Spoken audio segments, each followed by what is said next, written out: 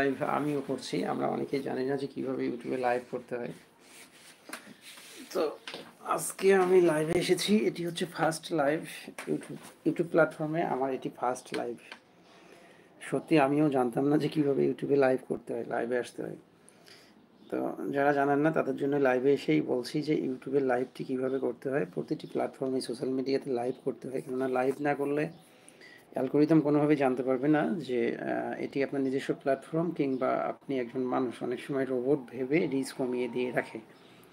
তো সেক্ষেত্রে যথারীতি আপনি ফেসবুক বলেন, ইউটিউব বলেন, টিকটক বলেন, টুইটার বলেন, যে প্ল্যাটফর্মেই বলুন না কেন সব প্ল্যাটফর্মেই লাইভ করতে হয়, অর্থাৎ সরাসরি লাইভে এসে বুঝিয়ে দিতে হয় যে কীভাবে লাইভ করতে হয় বা লাইভ করবেন। যাই হোক, ফার্স্ট আমিও লাইভ করছি।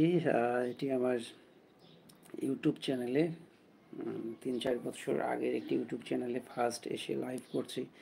লাইভ কীভাবে করবেন, যেখানে ওই যে প্লাস আইকনে চাপ দেওয়ার পরে যেখান থেকে আমরা ভিডিও আপলোড দিয়ে থাকি, ঠিক সেখানেই লাইভ করতে হয়। তার পাশেই দেখবেন যে লাইভ নামে যে অপশনটি রয়েছে, ওখানে গিয়ে ওখানে এসেই লাইভ করবেন। যেমনটি করে আমি এখন লাইভ করছি, লাইভে এসেছি।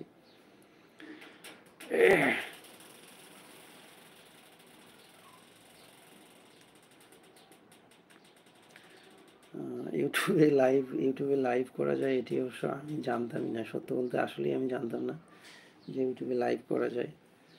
ভাল লাগছে অবশ্য যে ইউটিউব প্ল্যাটফর্মে লাইভ করছি।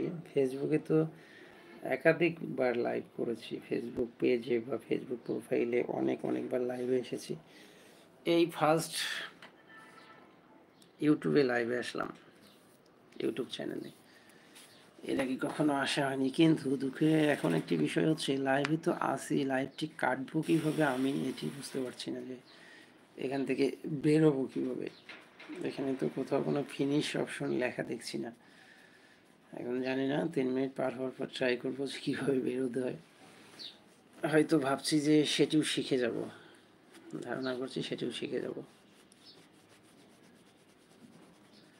শীতের কী অবস্থা, যে যেখানে অবস্থান করছেন? ঢাকায় তো তুলনামূলক এখন বলতে গেলে শীত নেই বললেই চলে। উত্তরবঙ্গে এখনও শীত আছে, অবশ্য প্রচণ্ড শীত আছে, ভালো শীত আছে। রাত্রেবেলা কী বলবো, যে সোয়েটার গায়ে দিতে হয়, পূর্বের মতোই এখনও রাতে ল্যাপ কম্বল কাঁথা কিছু একটা গায়ে দিয়েই থাকতে হয়। তো সব মিলিয়ে শীত আছে, এখনও ভালোই শীত আছে। কথা বলতে বলতে 3 মিনিট পার করে ফেললাম। আসলে যে কোনো ভিডিও 3 মিনিট প্লাস হইলে ভিডিওটি কী বলবো, যে একটি শিডিউলের মধ্যে পড়ে যায়। দেখি এখন কীভাবে বের হওয়া যায়। এখানে লেখা রয়েছে, এটা ফিনিশ অপশন তো আমি দেখছি না, এটা মেবি ব্যাক।